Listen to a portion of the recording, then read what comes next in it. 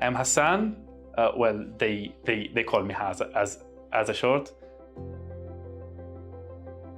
I went to university to study business administration. We decided to not continue because it's gonna be not safe, as the war environment is being extended until around that university and the area I was living in, so it wasn't safe at all to carry on doing it. So that's why we decided as a family to move. I hear that I am able to pick up my studies.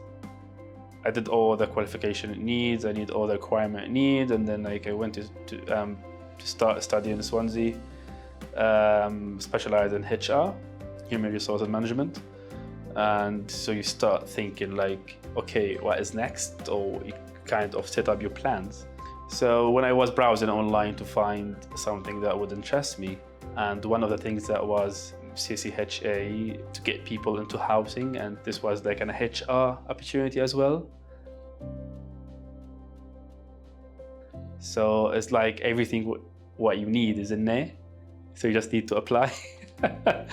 So starting with Wales and West, and now I feel so lucky being here, and the experience I gain is I know for the fact that it's gonna help me way for the future.